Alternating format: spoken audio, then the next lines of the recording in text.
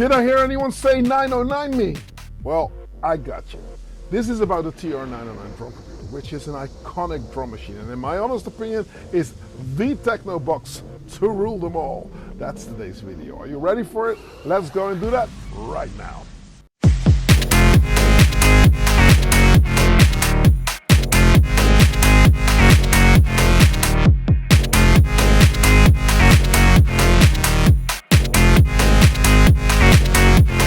Hey, what's up? I'm Mental Kitchen and thank you for checking out yet another video. Now, if this is your first time here, don't hesitate to click subscribe and hit that notification bell.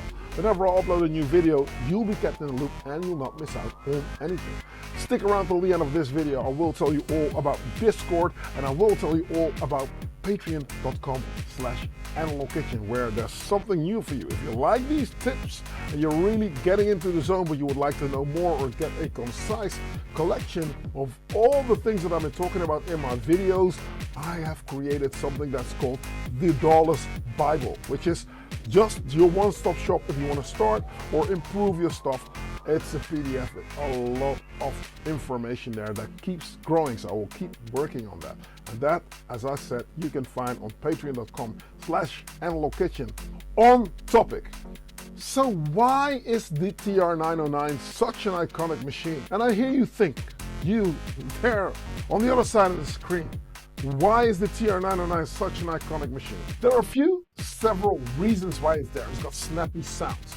Thinking of the hi-hats, very percussive. Thinking of the snare drum, that's very punchy and at the same time snappy.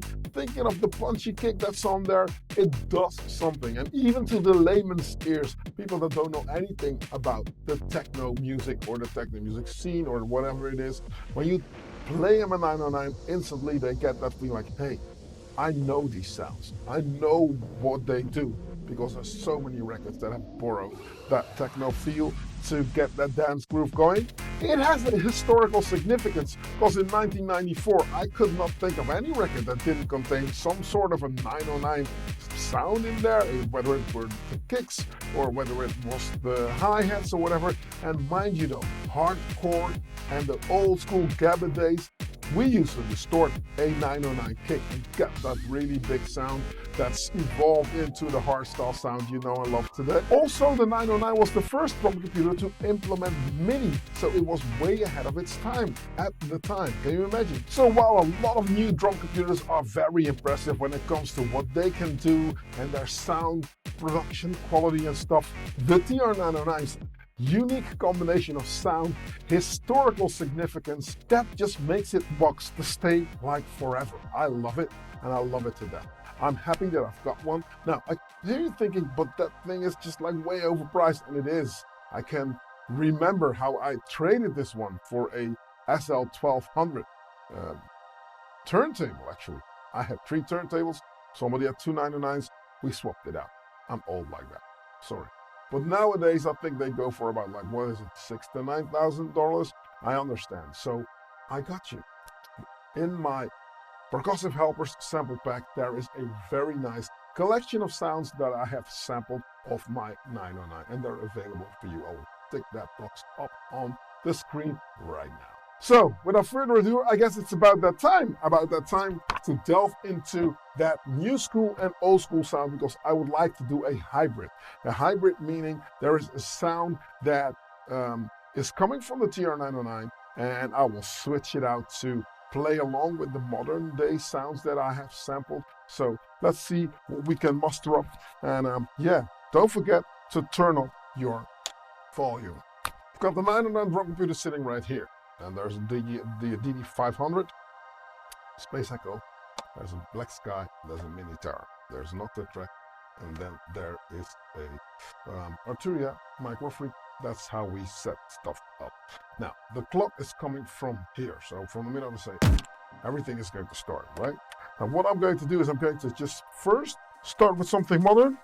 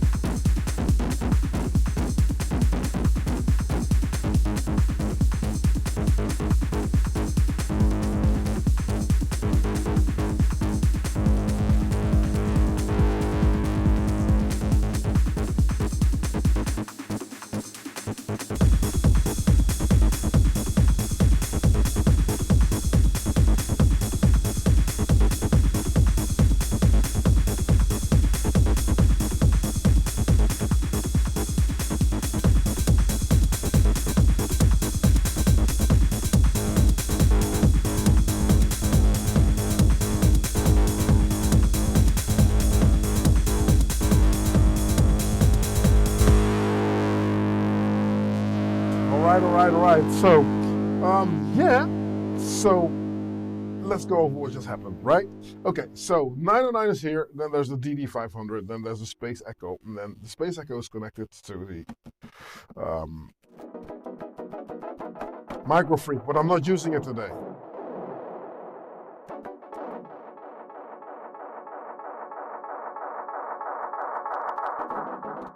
So there's so many things that you can do actually. So what I've done is I have connected, say, okay, if the mixer is all closed, then this is the stereo output of the Octatrack. So whatever plays here.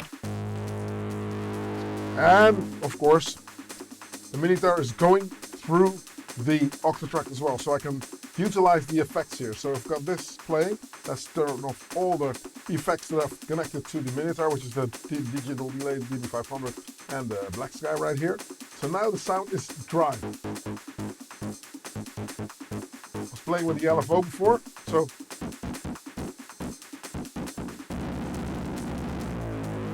very fast LFO times. So you get really crazy space sounds. So, okay, so it goes through the Octatrack. So there's another analog sound that comes through a modern type machine. So you can just like add reverb to it, because this thing doesn't come with any reverb, as you know. If you know this thing, 3 octaves high, it doesn't come with any effects on board. But what it does come with is it just really packs that punch. It's that really that Moog sound, but it does something really cool for techno I experienced. Do hook it up to your computer and see how the editor works, because within the editor, there's a page that folds open this whole machine, and there's so many other things that you can do in terms of LFO, in terms of syncing the oscillators and stuff. There's a lot of stuff that you can do with this synthesizer, which is really, really cool. Okay, so that's happening, right? Now, going old school, you got that kick playing right here. Stop this, stop this. Now what I've done is that I was tampering with it, you know, so, okay, so how does it work? It works like this, you know, if you have to engage certain things, the dimly lit bump here, the dimly lit, if you engage it and it's dimly lit, that's 50% of the velocity right there. So here, a kick plays very moderately, nice, right? But if you want to have more impact, hit it again. You can hear it. It's not the same as that kick that I've got coming out of the Octatrack, obviously.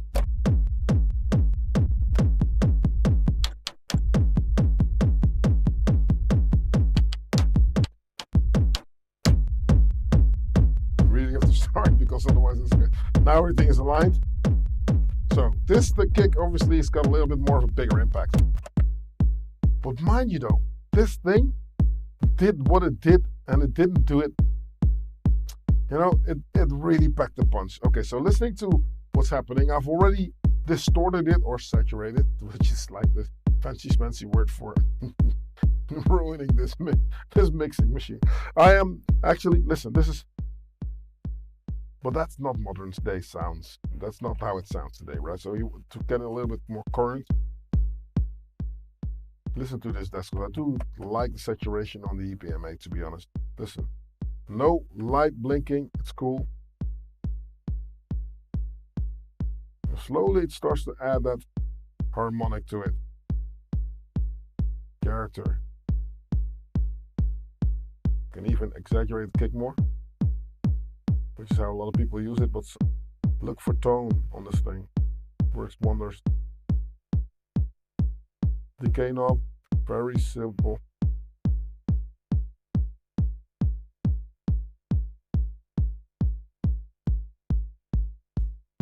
Here, you get it even into 808 territory.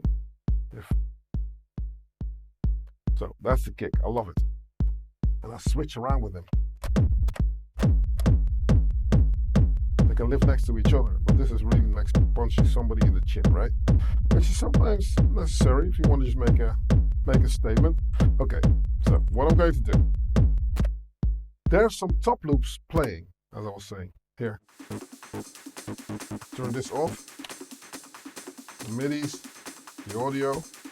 So there's a lot of stuff happening, right? Kick is on 1. Doesn't matter what I do anything because the kick has been coming out of this octatrack separately. So yeah, it's here. So once this is all done, you don't hear anything. What's on track 2? Let's see how these modern day samples line up with the 909 kick, right? See if we can figure out how we can really get that 909 to sit snug with these modern day samples. So I'm going to look at that kick, give it a little bit more character, attack in this case, not too much.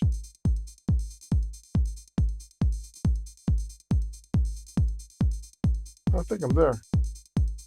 Nice. Okay, what else we got cooking right here?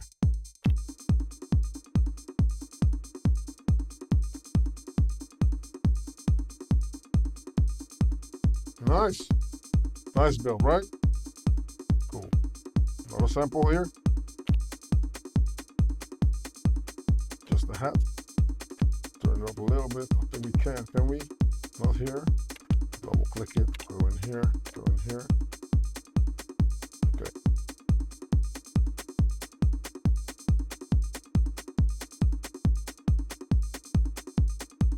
Okay. Hats. But listen to what I'm trying to explain here. So this hat does it what it does because it stays in a certain frequency range and it does that little brushy thing. But once you get to the 909 hats, they're so funky, right? So let's see what happens if I was just to engage a closed hat here, right? Something like that. And let's go to the open hat and make sure that that is not playing. So if I'm not mistaken, I get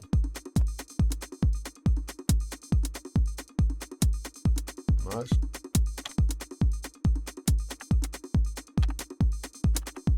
So there we go.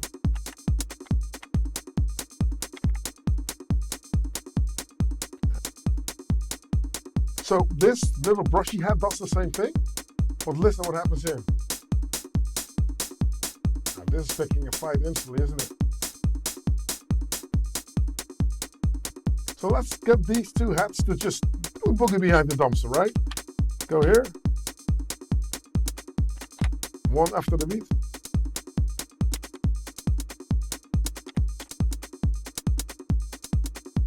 Nice, right?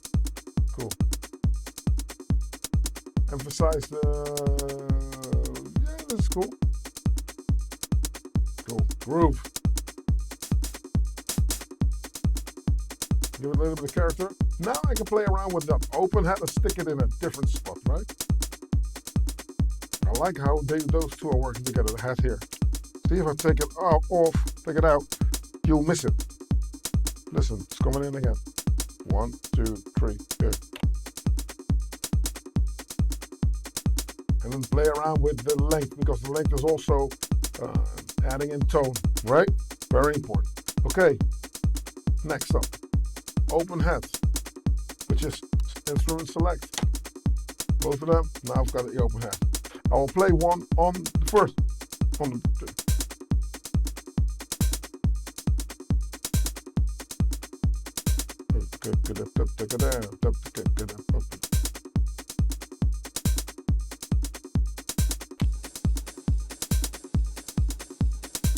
nice.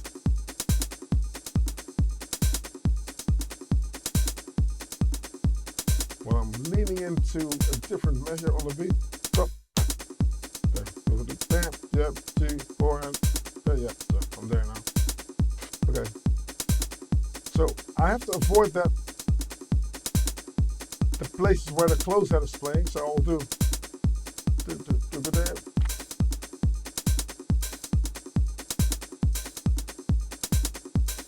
Yeah, it's bugging me. It's cool, but it's bugging me.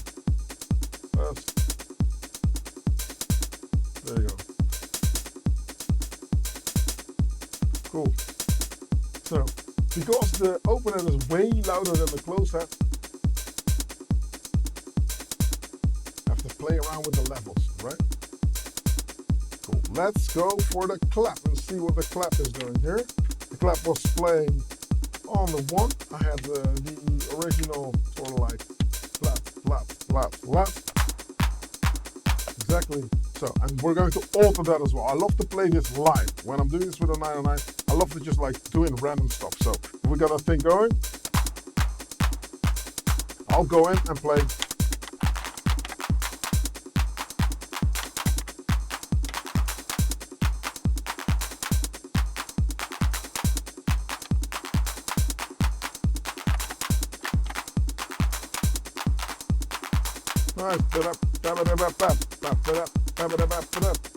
So this is why I think this thing is such an iconic machine, because it does call and response instantly. Listen to the clap and listen to the hi-hat.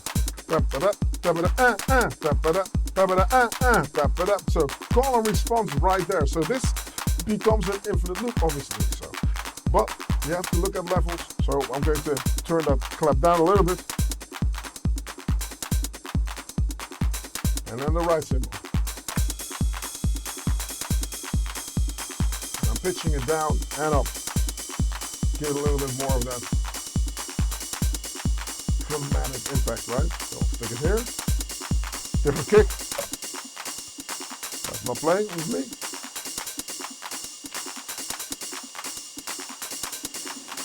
Reverb. Straight down, down, 3, 4, 5, 6. Nice. Contemplating my next move. Probably to a ride riser. Ready for it? Here we go.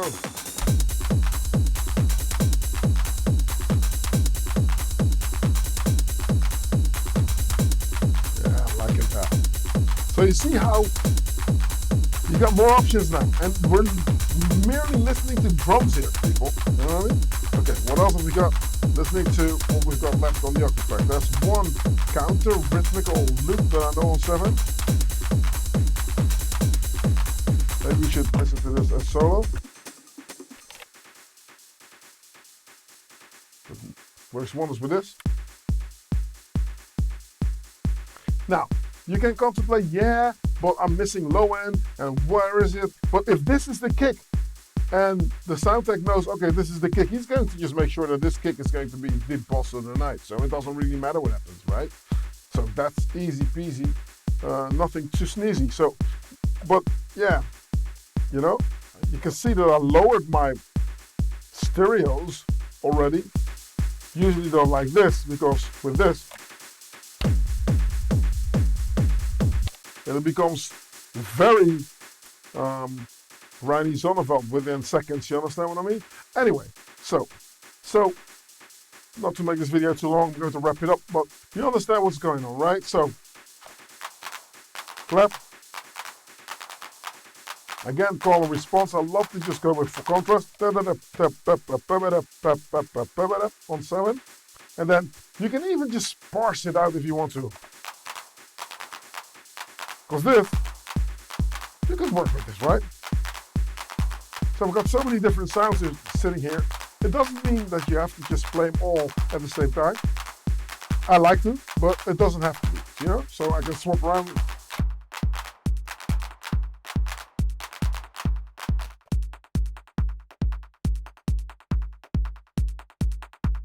Nice. Yeah,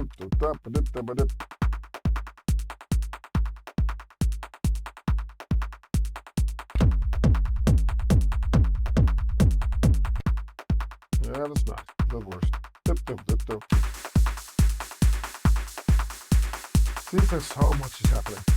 Okay, switch the kick around. That's probably it for today.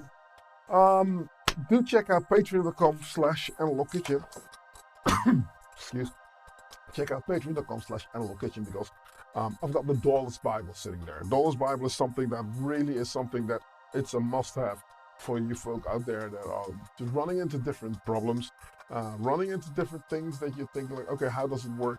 MIDI is explained, kicks are explained, groove is explained. It's explained on, you know, it's just a lot of information, because everything that I think of, I'll just write it up And I've already worked on the second installment. So that you can find on patreon.com/Analog Kitchen. Now, if you made it this far into the video, you, sir, are an absolute superstar. Thank you for being here. Thank you for watching. Another thing before I go, I've got my new t-shirts also in the shop. I will stick a link also in the description down below so where you can find them. This is the synth moth. Can you imagine? There's a bug on the synthesizer. I mean, it's best that they're on there and not in there. I'll leave you with that. And yeah, don't be a stranger. Leave a comment in the section below and I'll speak to you. Peace. I'm out.